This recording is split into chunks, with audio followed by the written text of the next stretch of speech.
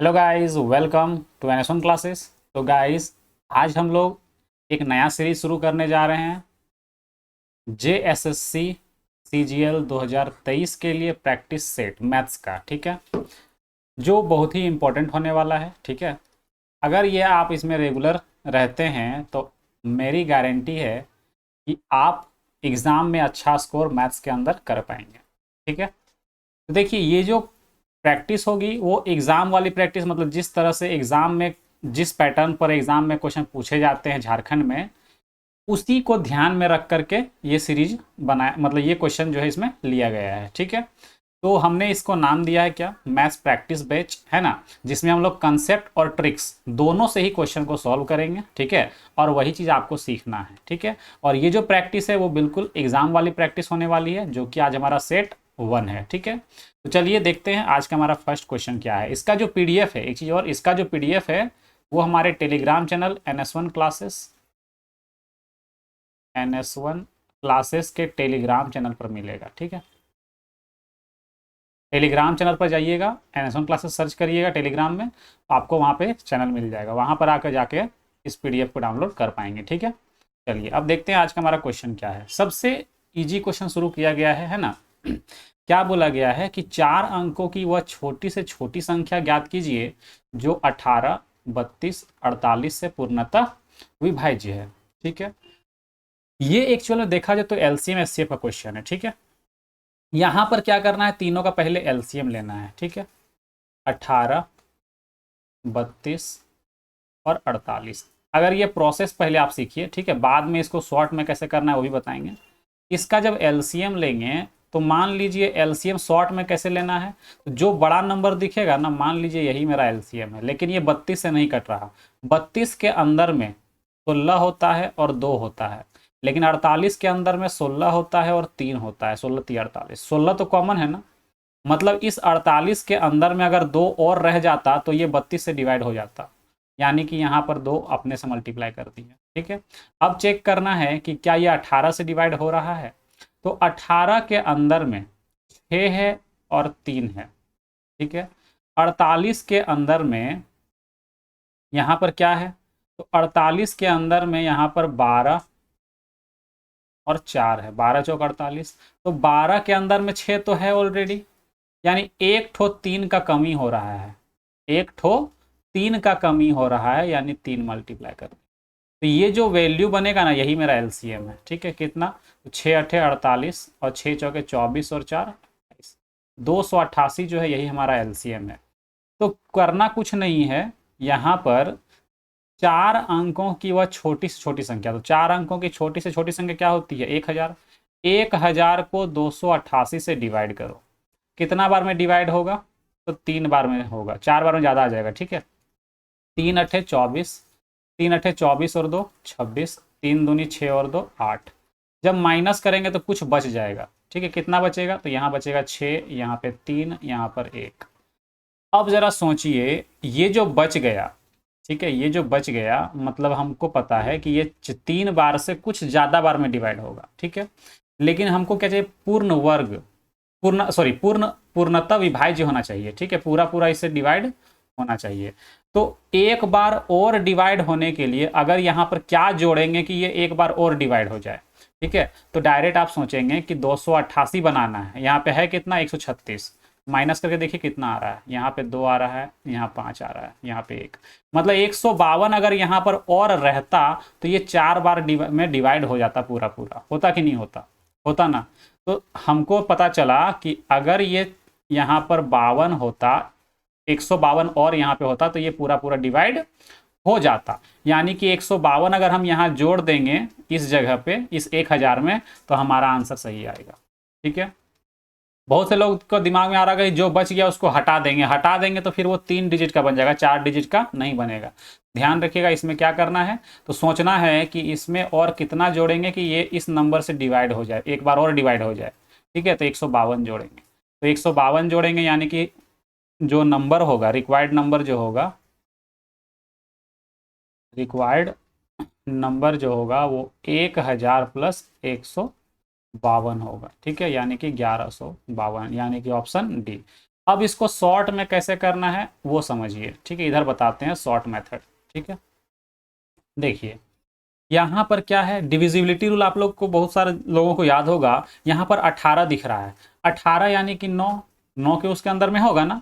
यानी कि अगर ये चारों ऑप्शन 9 से अगर जो ऑप्शन कटेगा वही मेरा आंसर होगा, क्योंकि देखिए एलसीएम जो लेंगे उसके अंदर में 9 तो आएगा ही ना कहीं तो 9 आएगा।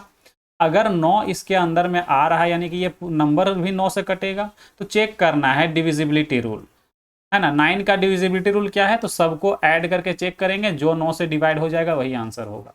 पहला ऑप्शन को देखिए, 2 और 1 3, 3 और 5 8, 8 और 2 10, यानी कि ये ऑप्शन गलत हो गया। 1 और 1 2, 2 और 5 7, 7 6 13, ये भी गलत हो गया। 2 और 1 3 और 5 8, 8 6 14, ये भी गलत हो गया। तो बचा कौन, एक ही ऑप्शन ये बचा। तो आप ऐसे इस क्वेश्चन को जल्दी कर पाएंगे। और नीचे जो बताएं ये मेरा प्रोसेस था। एक चीज यहाँ पे और कर सकते हैं प्रोसेस में, कि एक बार आप अगर बढ़ा के डिवाइड कर दें, अगर ये 288 को 1000 से जब डिवाइड करेंगे तो आप 4 बार में डिवाइड करिए।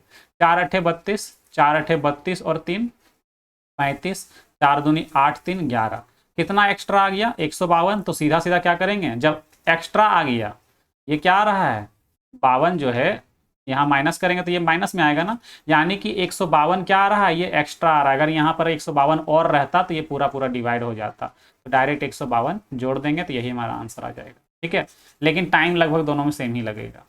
आप जल्दी करना है तो ये ऑप्शन से आपको चूज करना होगा, ठीक है। कि यहाँ पे 9 से कट रहा है, देखिए कौन सा ऑप्शन, अगर दोनों ऑप्शन 9 से कट जाएगा, दो ऑप्शन, तो फिर आगे चेक करेंगे कि आगे और कुछ भी है क्या ऐसा, जो फिर 2 वाला चेक करेंगे 2 से, या हो सकता है किसी कोई 5 से अगर डिवाइड हो जाता है तो 5 से चेक करेंगे। यहाँ तो नहीं है, लेकिन आगे ऐसे क्वेश्चन आप पूछ सकता है, ठीक है। चलिए आसान क्वेश्चन था, ऑप्शन से करना ज़्यादा आसान है इस क्वेश्चन को, ठीक है। सेकेंड क्वेश्चन क्या बोला है, कॉन्स्टेंट, देखिए यहाँ पे लिखा हुआ है कॉन्सोनेंट शब्द में स्वरों की संख्या का प्रतिशत इसमें व्यंजनों की संख्या के प्रतिशत से कितने प्रतिशत कम है।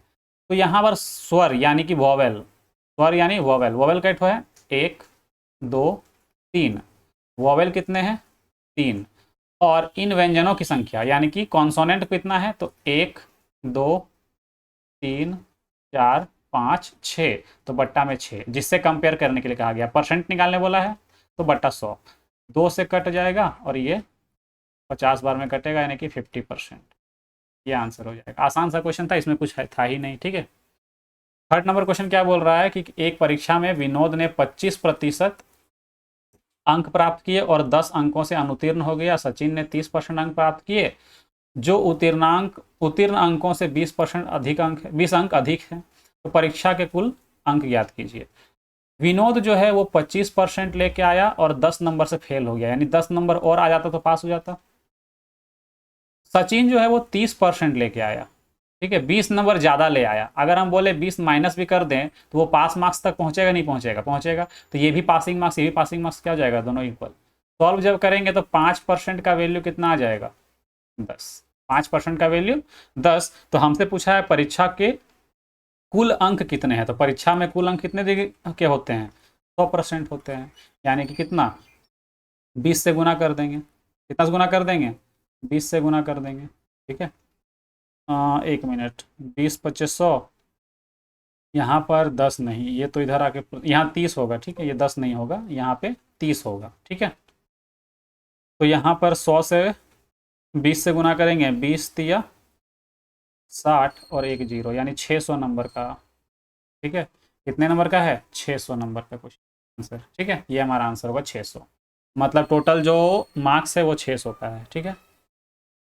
क्वेश्चन नंबर 4, किसी वस्तु को 25% लाभ पर बेचा जाता है। यदि वस्तु के क्रय मूल्य और विक्रय मूल्य यानी सीपी और एसपी में 200 रुपये की वृद्धि होती है तो लाभ प्रतिशत 20% होता है। वस्तु का क्रय मूल्य ज्ञात करें। इसको दो तरह से कर सकते हैं, ये क्रॉस प्रोडक्ट का कंसेप्ट है, क्रॉस प्रोडक्ट, ठीक है।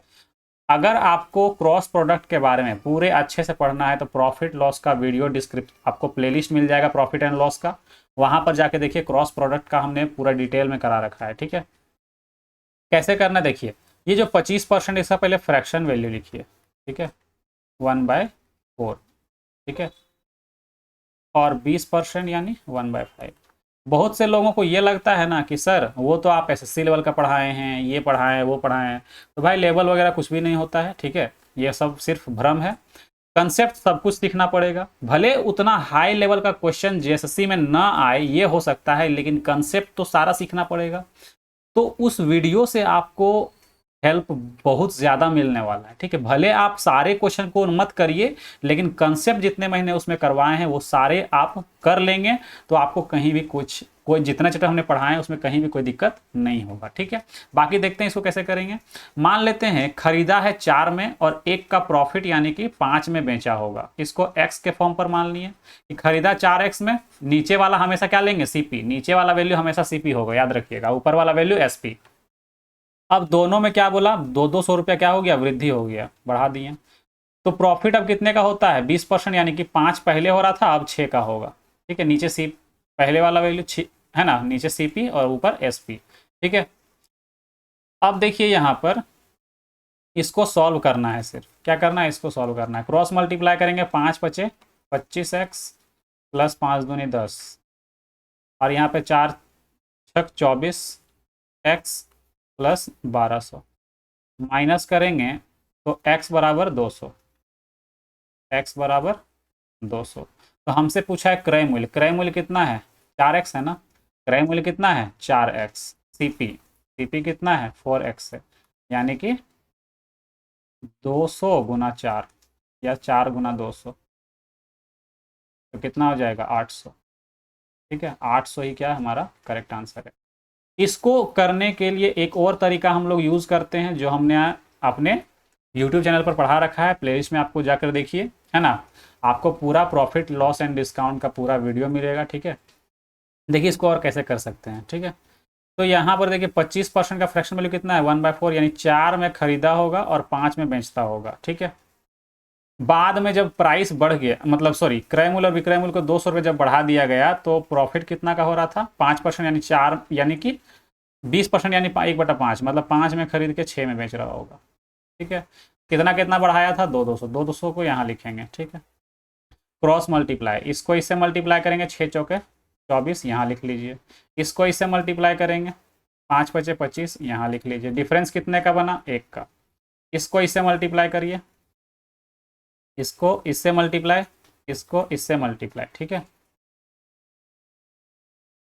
6 दूनी 1200 और 5 दूनी 10, 1000, दोनों के बीच का डिफरेंस 200 का, ठीक है। तो ये जो 1 यूनिट का वैल्यू है वो 200 के बराबर होगा। इस 1 यूनिट का वैल्यू 200, हमको सीपी निकालना है, सीपी कितना है 4 है होगा, ठीक है। तो 4 का वैल्यू 800, तो आंसर सेम आएगा, ठीक है। आप ऐसे बनाओ या वैसे बनाओ, ठीक है। शायद यहाँ पे मेरा इमेज शो कर रहा है, एक बार चेक कर लेते हैं कि कहीं ढक तो नहीं गया, कहीं नहीं ढक रहा है, ठीक है। चलिए आगे बढ़ते हैं। क्वेश्चन नंबर 5 में क्या कह रहा है कि एक दुकानदार किसी वस्तु को उसके अंकित मूल्य पर 14% की छूट देकर बेचने के बाद भी 20% का लाभ कमाता है, तो वस्तु का क्रय मूल्य कितना है, तो उसका अंकित मूल्य ज्ञात करें। तो सबसे पहले आपको एक चीज़ याद रखना है कि जब भी डिस्काउंट और प्रॉफिट या फिर लॉस दिया रहेगा, तो डायरेक्ट आप याद रखेंगे CP ratio MP, CP ratio MP लिखेंगे 100 minus discount percent by 100 plus profit percent. अगर प्रॉफिट की जगह पे लॉस दिया रहता है तो यहाँ माइनस लॉस परसेंट लिखेंगे, ठीक है। फिलहाल अभी ये फॉर्मूला आप याद रखेंगे, ठीक है। तो यहाँ पर डायरेक्ट अगर हम सीपी बाई एमपी निकालें, ठीक है, तो सीपी कितना है, तो 100 माइनस डिस्काउंट परसेंट, यानी कि 100 माइनस 84 और 100 प्लस 20, यानी कि सॉरी 84 नहीं, यहाँ 14, 84 तो घटने के 86 आएगा घटने के बाद, ठीक है। यहाँ 14 माइनस करेंगे तो यहाँ 86 और यहाँ पर 120, यहाँ पे 2 से काटेंगे 43 बार में, 2 से काटेंगे 60 बार में, यानी रेशियो कितने का बना, जो सीपी और एमपी का जो रेशियो बना वो 33 और यहाँ पर 60। सीपी जो है वो कितना दिया हुआ है 184.90, यानी इसका वैल्यू जो है 184.90। अगर पॉइंट हटाते हैं नीचे आता है 100, 10 से 10 कट जाएगा। 43 का अगर आप स्क्वायर करेंगे ना, 43 का अगर आप स्क्वायर करते हैं तो ये वाला आता है, यानी अगर ये 43 को इससे काट दें, यहाँ पर अलग पेन से दिखाते हैं, ठीक है। अगर इस 43 को यहाँ काट दें, 1 मिनट, ये क्या हो रहा है, अगर इस 43 को एक बार में काटें तो ये 43 बार में कटेगा।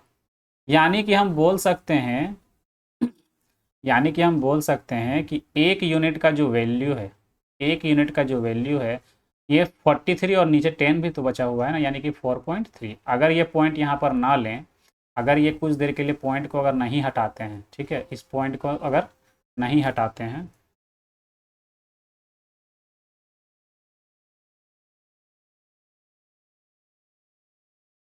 देखिए अगर इस पॉइंट को हम नहीं हटाते हैं तो ये पॉइंट यहाँ लगेगा, ये पॉइंट यहाँ लगेगा, क्योंकि ये वैल्यू इस तरह बनेगा कुछ, है ना। अगर हम पॉइंट को ना हटाएं, डायरेक्ट काटते हैं, तो 43 का स्क्वायर कितना होता है, 1849 होता है, ठीक है। तो पॉइंट के बाद 2 डिजिट है ना, यानी कि इसको 43 और 0 लिखना होगा, पॉइंट 2 डिजिट के बाद लगाएंगे तो यहाँ 4.30, ठीक है। तो एक यूनिट का वैल्यू ये बन गया, तो हमको 60 यूनिट का वैल्यू निकालना है, तो क्या करेंगे, 4.3 से मल्टीप्लाई कर देंगे, तो ये पॉइंट और ये 60 क्या हो जाएगा, ये मल्टीप्लाई जब करेंगे 60 इंटू 4.3, तो पॉइंट क्या होगा, यहाँ से हट जाएगा, ठीक है, नीचे 10 आएगा, इसको यहाँ लिखने की जरूरत नहीं है। ये 10 से ये 0 कट जाएगा, 6 से मल्टीप्लाई करेंगे, 6 तिया 18 और 6 चौक 24 और 1, यानी कि ये वाला आंसर होगा, ठीक है। चलिए आगे बढ़ते हैं। अगला क्वेश्चन क्या बोला है, एकल छूट निकालना है, यानी इक्विवेलेंट डिस्काउंट, है ना, इक्विवेलेंट डिस्काउंट।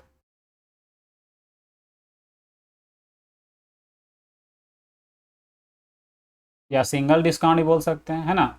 यहाँ पे एकल यानी सिंगल बोलेंगे, या क्रमागत अगर बोल दे तो यहाँ ये सॉरी एकल बोल सकता है, या फिर समतुल्य भी बोल सकता है, ठीक है, दोनों एक ही चीज़ है, तो सिंगल ही लिख लेते हैं, कोई दिक्कत नहीं है। अगर समतुल्य बोलेगा तो फिर क्या लिखना होगा, इक्विवेलेंट डिस्काउंट लिखना होगा। फॉर्मूला होता है A plus B minus A B by 100।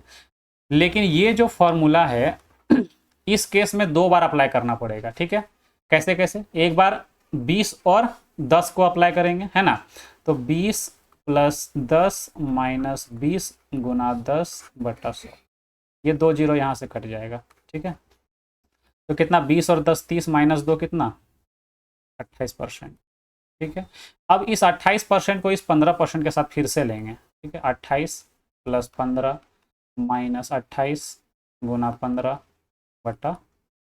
ठीक है। तो यहाँ पे क्या आएगा, 28 और 15, 8 5 13, 3 और 1 4, 43 माइनस यहाँ पे क्या होगा, 15 8 120, 15 दूना 30, 30 और 12 42, 2 अंक के बाद पॉइंट लगा देंगे तो 4.2, यानी कि अगर माइनस करते हैं यहाँ पर तो 38.8%, ठीक है, यानी कि ये ऑप्शन सेटिस्फाई होगा।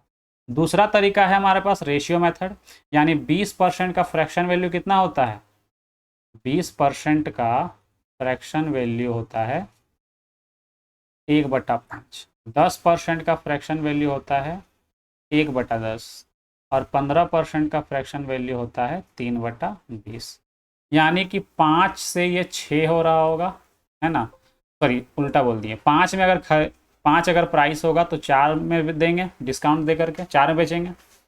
10 अगर होगा तो डिस्काउंट 1 का मिलेगा, 9 हो जाएगा, और 20 में 3 का डिस्काउंट 17। इधर वाला वैल्यू MP होता है ना, और इधर वाला वैल्यू SP होता है, ठीक है। तो कितना का डिस्काउंट मिला ये पूछा जा रहा है ना। तो देखिए यहाँ पे जो कट रहा है पहले काट लेते हैं, इधर से कटेगा 5 बार, 5 पचे 25 दें 250, ठीक है, यहाँ पे आ गया 250, इधर कितना 17 9 153, कितना का डिस्काउंट मिला, यहाँ पे डिस्काउंट मिला है 47 और इधर कितना 50, 7 और यहाँ पर 9, 97 का बनेगा, ठीक है। अब देखिए ये जो 97 का जो डिस्काउंट मिला वो निकालना है। डिस्काउंट कितना मिल रहा है, 97 कितना में, 250 में, गुना 25 चौका 100 और 25 दें 250, ठीक है, 4 सत्ते 28, 4 9 36 और 2 38 और पॉइंट लग जाएगा। तो आ गया आंसर इसमें भी। तो आप ऐसे भी निकाल सकते हैं, ऐसे भी निकाल सकते हैं, ठीक है। क्वेश्चन नंबर 7, यदि किसी राशि में यदि किसी राशि में 2 वर्ष बाद 21% की क्या हो गई, वृद्धि होती है, तो ब्याज की गणना वार्षिक रूप से किए जाने पर वार्षिक चक्रवृद्धि ब्याज की दर क्या है।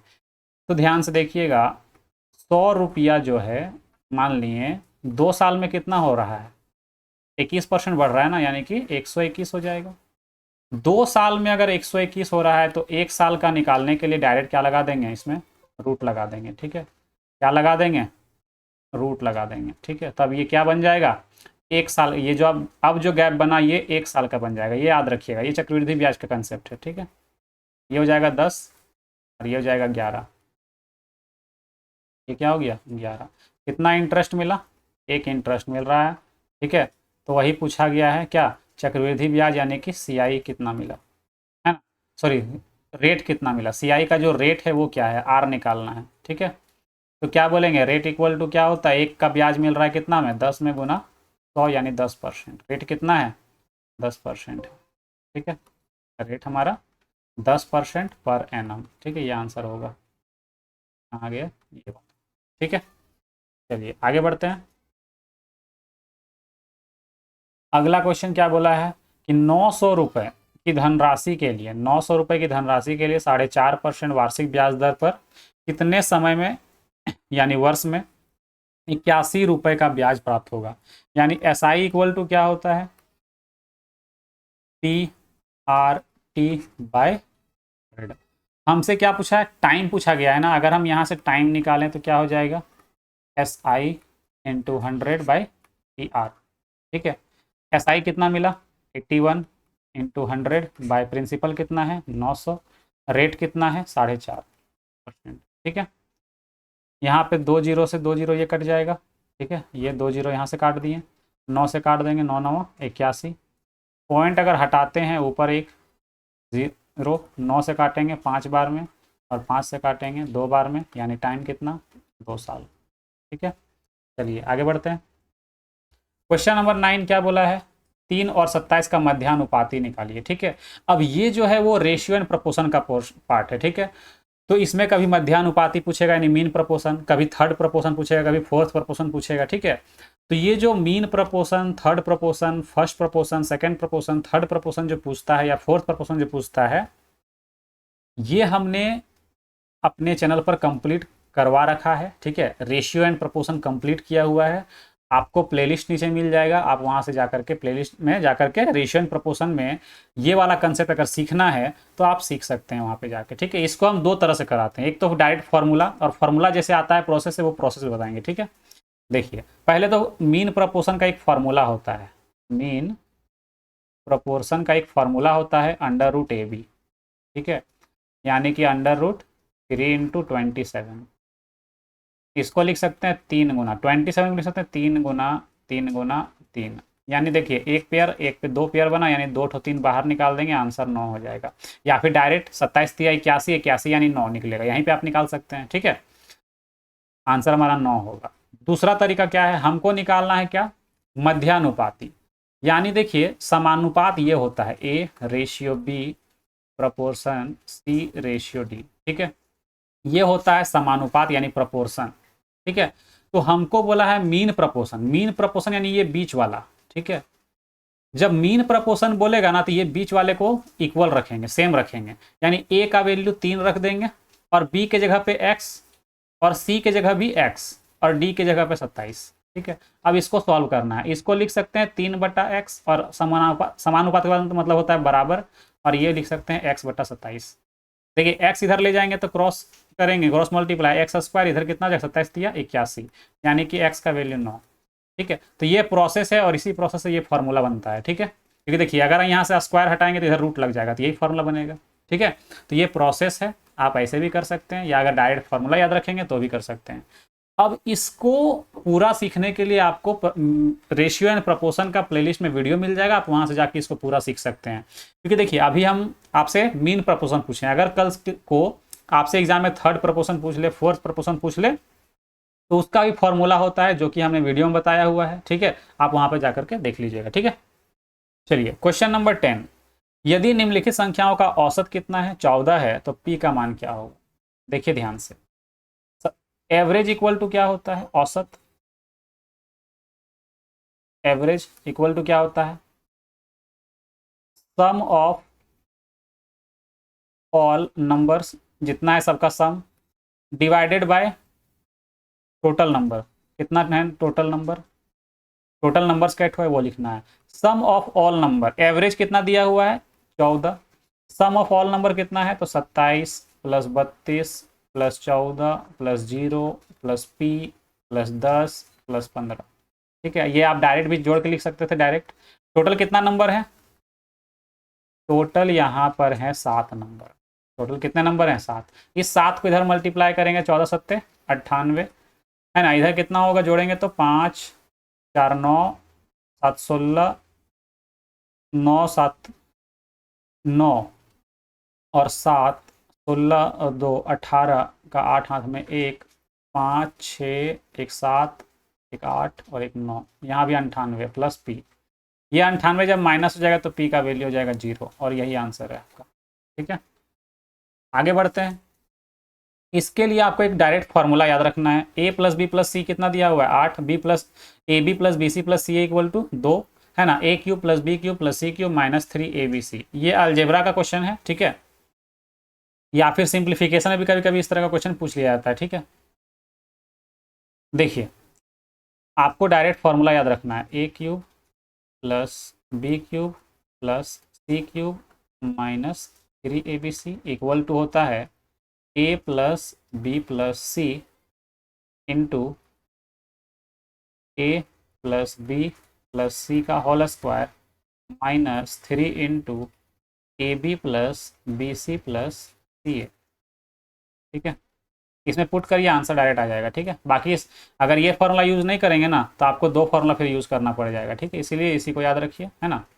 a plus B plus C कितना है 8 है, 8 का स्क्वायर कितना होता है 64, A B plus B C plus C कितना है 2, 2 का 3 गुना करेंगे तो 6। ठीक है, यानी कि 8 गुना 58 कितना हो जाएगा 8 8 64 और 8 बचे 40 और 6 46, यानी कि ये आंसर हो। ठीक है, क्वेश्चन नंबर 12 क्या कह रहा है कि त्रिभुज ए बी सी में, ये ट्रायंगल का क्वेश्चन है। ठीक है, ज्योमेट्री, और ज्योमेट्री आपका ज़रूर आएगा। ठीक है, ज्योमेट्री जो है उससे क्वेश्चन जरूर पूछे जाएंगे, या तो मेंसुरेशन से या ज्योमेट्री से, लेकिन ट्रायंगल के क्वेश्चन हमेशा मिलते हैं जेएसएससी के एग्जाम में या झारखंड के कोई भी एग्जाम में। ठीक है, अगर उसमें एडवांस मैथ पढ़ना रहा तो, अब नहीं पढ़ना रहा तो बात अलग है, लेकिन पढ़ना रहता है तो ज्योमेट्री या मेंसुरेशन से क्वेश्चन हमेशा देखने को मिलते हैं। ठीक है, देखिए बोला गया है त्रिभुज एबीसी में डी और ई बीसी पर 2 बिंदु इस प्रकार हैं कि B D ratio D C ratio E C कितना है 4 5 और 6 का रेशियो है। यदि त्रिभुज ए डी ई का क्षेत्रफल 30 सेंटीमीटर स्क्वायर है तो त्रिभुज एबीसी का क्षेत्रफल क्या। एक ट्रायंगल बनाते हैं। ठीक है, एक रफ ट्रायंगल ड्रॉ करते हैं, है ना। यहाँ पर मान लेते हैं ये ए है, ये बी है और ये सी है। BC पर 2 बिंदु कौन कौन है D और E। मान लेते हैं एक यहाँ पर D है, इसको मिला देंगे यहाँ से, और एक यहाँ पर E है, इसको भी यहाँ पे मिला देते हैं। ठीक है, तो ये जो रेशियो बना ना, ये जो रेशियो बना, ये 4 है, ये 5 है और ये 6 है। तो आप याद रखिएगा एक रूल है कि अगर कोई इस तरह का ट्रायंगल बनता है और यहाँ पर इस तरह से कोई रेशियो बनाता है ABCDE, अगर इसका रेशियो A है ना, B और C है तो इसका एरिया का भी रेशियो A B और C होता है। ठीक है, ये आपको क्या करना है याद रखना है। ठीक है, अभी हमने ज्योमेट्री भी शुरू किया हुआ है तो आप वहाँ से भी ज्योमेट्री के क्लास को कंटिन्यू कर सकते हैं। ठीक है, अभी ज्योमेट्री में 6 या 7 क्लास हो चुका है ना, तो आप वहाँ से भी इसको सीख सकते हैं। ठीक है, चलिए, तो ये अगर आप याद रखते हैं तो आपका क्वेश्चन इजीली सॉल्व हो जाएगा। ठीक है, देखते हैं। देखिए, अगर इस बताएं क्या कि इस जिस रेशियो पे ये होता है वही इस एरिया का भी रेशियो होता है। अगर ये 4 5 और 6 के रेशियो में, यानी कि एरिया का भी रेशियो कितना होगा सेम यही होगा। यानी कि हम बोल सकते हैं किसका वैल्यू दिया है 30 सेंटीमीटर स्क्वायर, किसका दिया ADE, यानी कि 5 का वैल्यू 30 सेंटीमीटर स्क्वायर तो बोला है पूरे त्रिभुज का कितना होगा, तो 6 4 10 5 15 का वैल्यू 3 गुना यानी कि 90 सेंटीमीटर स्क्वायर। क्योंकि देखो ये क्या क्या हुआ है, ये अगर यहाँ पर 6 गुना तो इसका भी 6 गुना कर दें, या फिर ऐसे बोल सकते हैं 5 का 3 गुना हो गया, इधर का भी 3 गुना कर देंगे, तो 90 हमारा सही आंसर होगा। ठीक है, चलिए आगे बढ़ते हैं। Question number 13 search index question है। ठीक है, यहाँ पे लिखा हुआ है 2 का पावर x प्लस 4, है ना, 2 का पावर x प्लस 4 माइनस 2 का power x plus 2 equal to 3। आप एक कंसेप्ट जानते होंगे कि a का पावर m गुना a का पावर अगर n रहता है, जब बेस सेम रहता है तो पावर क्या होते हैं, ऐड हो जाते हैं। सॉरी, देखिए अगर ये पावर ऐड करके यहाँ लिखा गया है, यानी कि हम इसको उल्टा लिख सकते हैं ना, 2 का पावर x इंटू 2 का पावर 4 माइनस 2 का पावर x गुना 2 का पावर 2 बराबर में 3। जैसे ये होता है, अगर इसको ये लिख सकते हैं a का पावर m गुना a का पावर n को a का पावर m प्लस n लिख सकते हैं, तो क्या इस चीज़ को उल्टा नहीं बोल सकते हैं, ये बोल सकते हैं। अब यहाँ पर ध्यान से अगर देखें तो 2 का पावर x कॉमन आ जाएगा, यहाँ क्या बचेगा, 2 का पावर 4 यानी कि 16 और 2 का पावर 2 यानी कि 4 बराबर कितना 3। 2 का पावर x गुना 16 में 4 जाएगा तो 8 सॉरी 12 और यहाँ पे कितना गया 3, 3 से कट करेंगे तो ये 4 बार में कटेगा। ठीक है, यानी कि अगर हम 2 का पावर x का वैल्यू लिखें तो ये 4 आ जाएगा इधर डिवाइड में, ये जो 4 है वो इधर डिवाइड में आएगा। 4 का मतलब क्या होता है, 4 का मतलब होता है 2 का स्क्वायर, 4 का मतलब 2 का स्क्वायर। अगर एक रूल और भी याद रखेंगे कि अगर a का पावर m लिखा हुआ है, ठीक है, तो अगर हम इसका इन्वर्स कर दे तो पावर माइनस हो जाता है, या फिर अगर a का पावर माइनस m लिखा है इन्वर्स कर देंगे तो प्लस हो जाता है। ठीक है, तो ध्यान से देखिए क्या ये वाला कंसेप्ट लगेगा, a का पावर कितना, 2 का पावर कितना है 2, अगर उल्टा कर दे तो माइनस में आ जाएगा, मतलब इसी को क्या लिख सकते हैं 2 का पावर माइनस 2। बेस अगर इक्वल है, अगर x का पावर a है बराबर में x का पावर b है, अगर ये दोनों इक्वल है तो हम बोल सकते हैं a और b भी क्या होगा, इक्वल होगा। यानी कि हम यहाँ से क्या बोल सकते हैं, यहाँ से हम ये बोल सकते हैं कि देयरफॉर x इक्वल टू -2। ठीक है, क्या बोल सकते हैं, x जो है वो -2 के बराबर। क्यों, क्योंकि यहाँ पर बेस क्या है, इक्वल, ये वाला कंसेप्ट है ना, तो ये 3 कंसेप्ट यहाँ पर लग रहे हैं। ठीक है, 4 कंसेप्ट जो हम यहाँ पे लिखे हैं यही इसी का यूज़ हो रहा है यहाँ पर। ठीक है, तो हमारा जो आंसर होगा वो -2 होगा। आगे बढ़ते हैं, अगला क्वेश्चन देखते हैं 14 नंबर।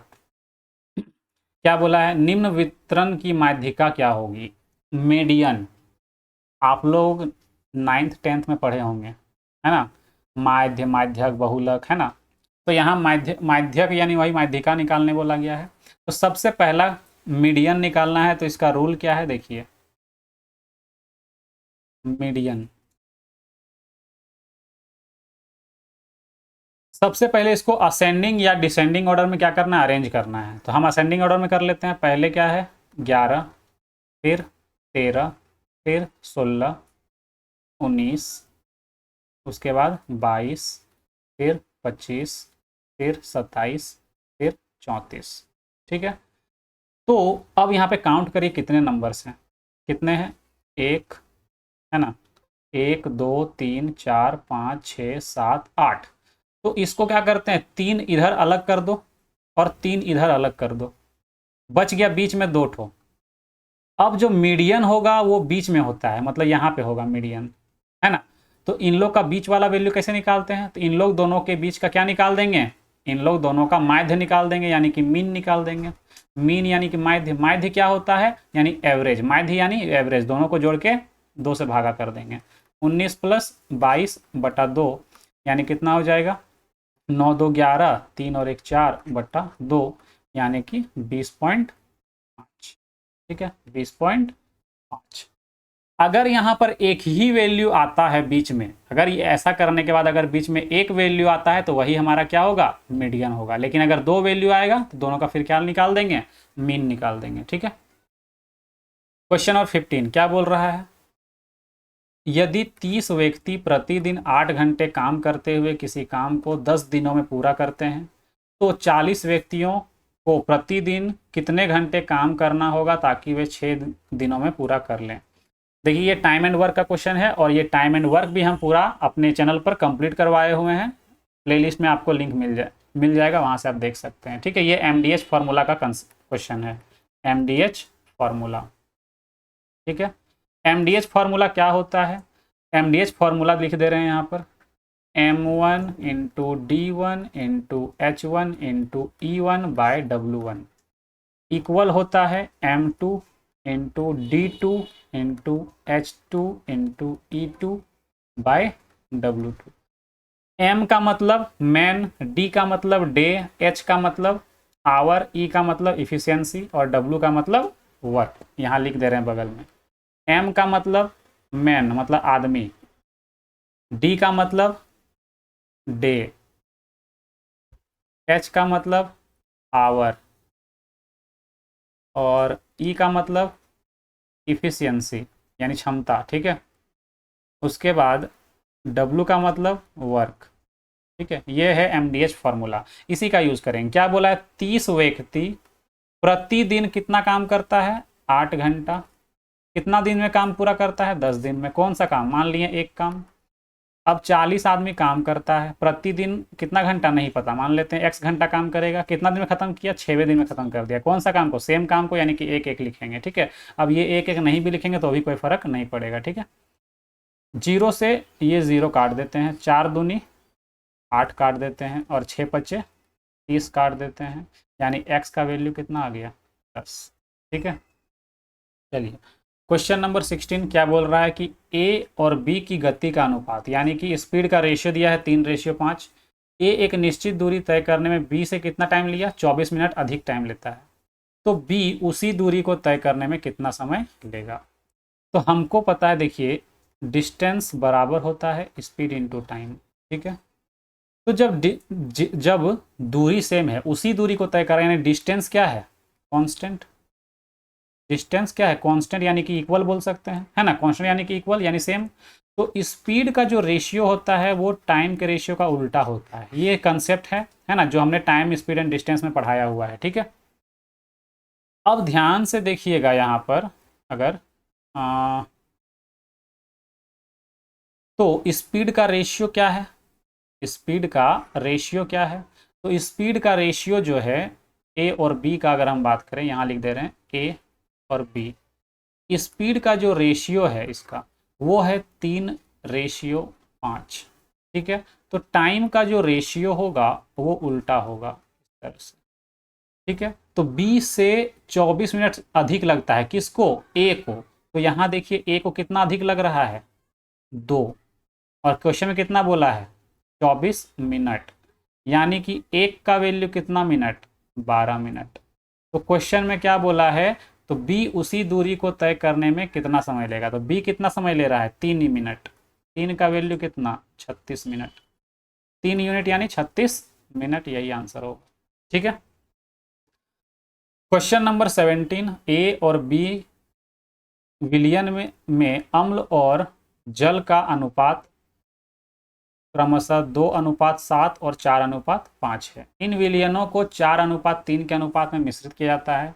परिणामी विलयन, जो विलयन बनेगा नया वाला, उसमें अम्ल, यहाँ पे अम्ल लिखा गया है। ठीक है, इसको थोड़ा सा ठीक कर लेते हैं पहले, है ना।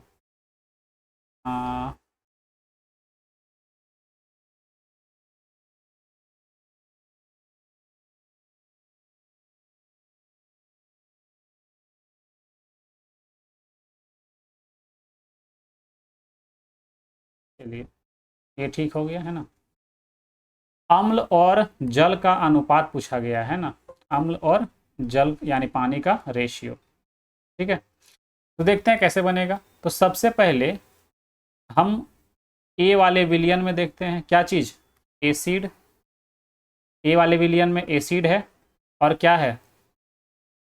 वाटर है। ठीक है, किस रेशियो में है? 2:7। बी वाले विलयन को देखते हैं, है ना। बी वाले विलयन में 4 एसिड है और 5 पानी है, वाटर है। दोनों को अगर हम जोड़ दें तो 9 और 7 और 2 9 यूनिट, और 5 और 4 9 यूनिट, ये दोनों बराबर है। ठीक है, ये दोनों क्या है, बराबर। अगर बराबर नहीं रहता है किसी क्वेश्चन में तो पहले इसको क्या करना है, एलसीएम लेके बराबर करना है। जब बराबर करेंगे तो जितना से मल्टीप्लाई यहाँ तो उतना से मल्टीप्लाई यहाँ, यहाँ भी करना होगा। ठीक है, लेकिन ये पहले से बराबर है तो कोई दिक्कत नहीं। अब हमको इस विलियन को कितना कितना लेना है, तीसरा इसको क्या करते हैं, मिक्स करेंगे, है ना। तो हम मान लेते हैं कि एक नया विलियन सी बनता है, तो कितना कितना मात्रा मिक्स किए, तो ए को 4 यूनिट लिए और बी को 3 यूनिट लिए। तो अगर 4 से यहाँ गुना हो रहा है तो यहाँ भी करेंगे, है ना। इसको अलग पेन से करते हैं ताकि आपको समझ में आ जाए। ठीक, बाद में एक नया विलियन बनाएंगे, कौन, सी। ठीक है, इसको 4 यूनिट मिक्स किए और इसका 3 यूनिट, तो इसको 4 से गुना करेंगे, इसको 3 से, इसको भी 4 से, इसको 3 से। तो 4 दूनी 8 और 3 चौके 12, 12 और 8 कितना हो जाएगा जोड़ने से, 20। 7 चौक 28 और 5 दिए 15, 28 और 15 कितना, 43। ठीक है, जोड़ेंगे तो इतना आ जाएगा, तो यही हमारा आंसर। ठीक है, इसको इससे आसान तरीके से करना पॉसिबल नहीं है। ठीक है, यही सबसे आसान तरीका है इसका। ठीक है, क्वेश्चन नंबर 18।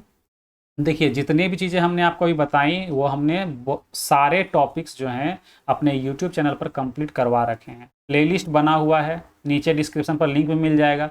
अगर लिंक से आप नहीं भी जाते तो फिर भी आप नॉर्मली अगर प्लेलिस्ट सिर्फ खोलेंगे तो वहाँ पर आपको मैथ्स के सारे वीडियोज़ मिल जाएंगे, सभी का प्लेलिस्ट बना हुआ है। ठीक है, चलिए आगे बढ़ते हैं। स्थिर जल में एक नाव की चाल 30 किलोमीटर प्रति घंटा और धारा की प्रवाह की चाल 6 किलोमीटर प्रति घंटा है। यह नाव धारा के प्रवाह के विपरीत दिशा में चलते हुए 5 मिनट में कितनी दूरी तय करेगी। अगर धारा के, देखो, अगर हम बोट का स्पीड का बात करें तो वो 30 किलोमीटर पर आवर है, लेकिन अगर हम स्ट्रीम की बात करें यानी धारा की बात करें तो वो 6 किलोमीटर पर आवर इसका स्पीड है। जब ऑपोजिट डायरेक्शन पे जाता है ना, दोनों का स्पीड क्या होता है, घटता है।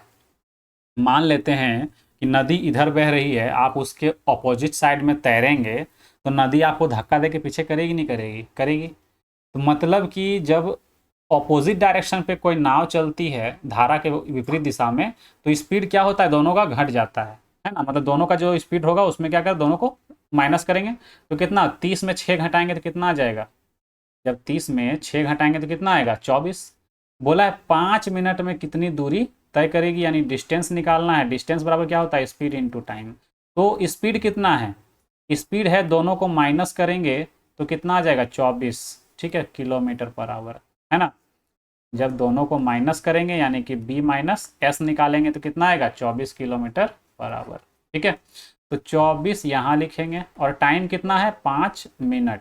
तो ज़रा ध्यान दीजिएगा। ठीक है, ये किलोमीटर पर आवर में है और ये क्या है, 5 मिनट में है। तो 60 से क्या कर देंगे, गुना भागा कर देंगे तो ये भी क्या हो जाएगा, आवर में चेंज हो जाएगा। भागा देंगे तो 12 बार में कट जाएगा, 5 के 5, 12 25 60। ठीक है, अब ये फिर 12 से काट देंगे तो 12 दूनी 24। तो ये कितना बन गया, 2 घंटा बन गया, सॉरी 2 किलोमीटर बना। घंटा से क्या हो जाएगा, ये कट जाएगा, 100 किलोमीटर आंसर होगा। ठीक है, डिस्टेंस निकाल रहे हैं तो 2 किलोमीटर। आते हैं अपने अगले क्वेश्चन पर। 19 नंबर क्या बोला है कि एक जो ए नहीं, यहाँ पर एक 10 मीटर लंबे और 8 मीटर चौड़े आयताकार प्लॉट के बाहर चारों ओर 6 मीटर लंबी क्या करती है, 6 मीटर चौड़ी, है ना, क्या करता है, चौड़ा एक रास्ता है। रास्ते का क्षेत्रफल कितना, ये पूछा जा रहा है। देखिए एक डायग्राम बनाते हैं यहाँ। ठीक है, एक रेक्टेंगल क्या है, शेप का मान लेते हैं, ये एक ज़मीन है ना, एक प्लॉट है। इसके बाहर 6-6 मीटर का क्या बनाया गया है, इसके बाहर जो है वो 6-6 मीटर का रास्ता बना हुआ है।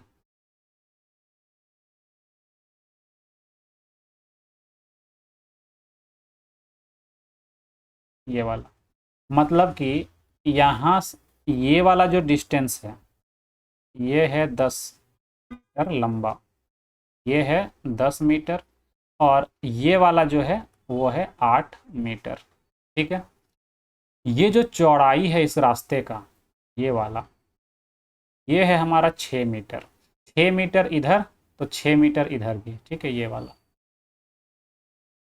है ना, ये भी क्या है, 6 मीटर का है।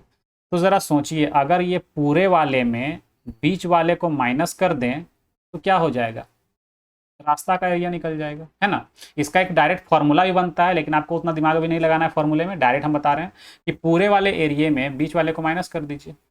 पूरा वाला एरिया कितना होगा, हमको निकालना है क्या, area of the path, path यानी कि रास्ते का क्षेत्रफल, ठीक है, एरिया ऑफ पाथ यानी रास्ते का क्षेत्रफल। तो क्या करेंगे, बड़े वाले रेक्टेंगल, बड़े वाले क्या करेंगे, आयत में छोटे वाले आयत को माइनस करेंगे, लंबाई गुने चौड़ाई होता है ना, बड़ा वाला कितना होगा, तो जरा ध्यान से सोचिए, ये वाला जो डिस्टेंस है ये 10 मीटर लंबा है, 6 मीटर इधर रास्ता जोड़ दीजिए, 6 मीटर इधर रास्ता जोड़ दीजिए, 12 हो जाएगा ना, तो 12 और 10 कितना, 22 मीटर का बनेगा।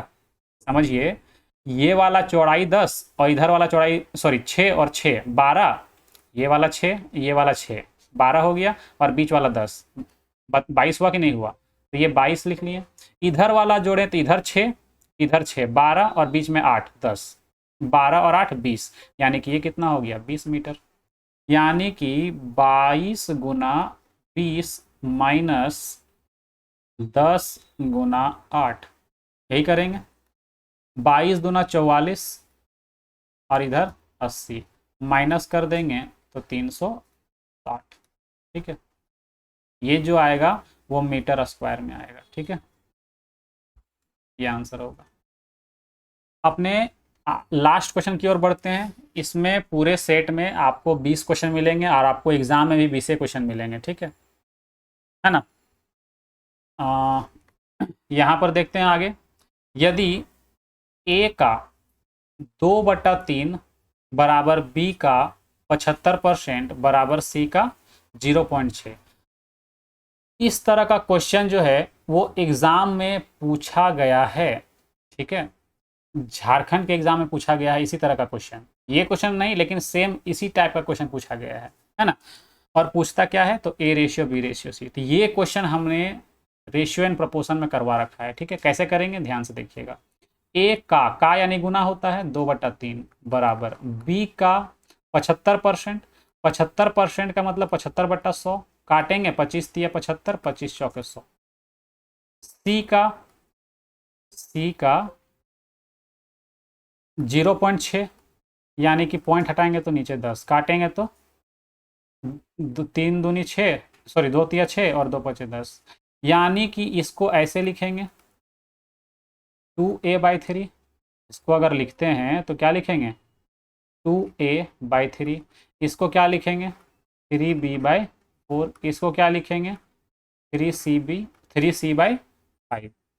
इसको अगर हम इस तरह से कर दें तो कोई दिक्कत है क्या, इस 2 को नीचे ले आएँ, इस 3 को भी क्या कर दिए नीचे ले आएँ, और इस 3 को भी नीचे ले आएँ।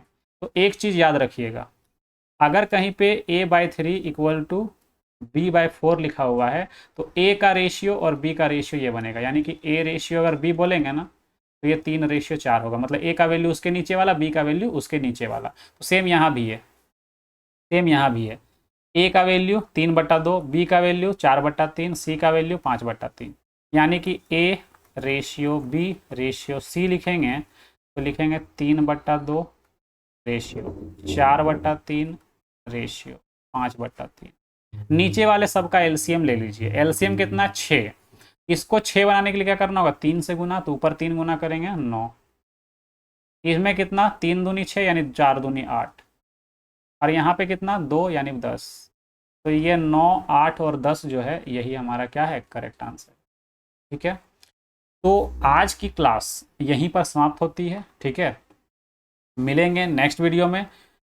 लेकिन उससे पहले मैं बता दूं कि इसका पीडीएफ जो है, फिर से बता रहा हूं, है ना, हमारे टेलीग्राम चैनल पर मिलेगा। टेलीग्राम चैनल किस नाम से है, तो जिस नाम से यूट्यूब चैनल है NS1 क्लासेस, ठीक है। इस सेशन में हमने 20 क्वेश्चंस किए, 20 क्वेश्चंस जो हमने किए ना उसका चैप्टर वाइज आपको डिस्क्रिप्शन पर लिंक मिलेगा प्लेलिस्ट का, वहाँ से देख सकते हैं, या प्लेलिस्ट डायरेक्ट खोल के देखेंगे तो वहाँ भी बहुत सारे चैप्टर्स जो हैं हमने कंप्लीट करवा रखे हैं, और बड़ा ही अच्छा लेवल का, ठीक है। अगर आप एसएससी का तैयारी भी करते हैं तो एसएससी लेवल का उसमें आपको पूरा मिलेगा, ठीक है, उसमें पूरा एसएससी लेवल का मिलेगा। लेकिन अगर बोलेंगे कि बहुत से लोग क्या सोचेंगे, सर वो तो एसएससी लेवल का है, जेएसएससी में उतना हाई लेवल पूछेगा नहीं। तो उतना हाई लेवल भले नहीं पूछेगा, कंसेप्ट तो वहाँ से सीख सकते हैं। वो भले उतना हाई लेवल का क्वेश्चन ना करें, उसमें इजी और हाई लेवल, मॉडरेट लेवल सभी तरह के क्वेश्चन हैं। इजी लेवल है तो कर सकते हैं, कंसेप्ट तो सीख सकते हैं, है ना। तो वो तो काम आएगा ना। आप वहाँ से उस वीडियोस को देखिए, बहुत ही शानदार वीडियोस हैं, है ना। और उस तरह का वीडियो आपको या पेड कोर्स में मिलेगा या ऑफलाइन क्लासेस में मिलेगा। ऑनलाइन में यूट्यूब पर फ्री में उस तरह का कहीं भी नहीं मिलता है, ठीक है। बाकी आपकी मर्जी, है ना। आप वीडियो देखेंगे तो आप ही का फायदा है, ठीक है। तो चलिए मिलते हैं नेक्स्ट सेशन पर, ठीक है। अगला सेशन हमारा सेट 2 चलेगा, जिसमें हम लोग फिर से 20 क्वेश्चंस लेके आएंगे और अच्छे से फिर से उसको सीखेंगे, ठीक है। तो मिलते हैं नेक्स्ट वीडियो में, तब तक के लिए बाय बाय, टेक केयर।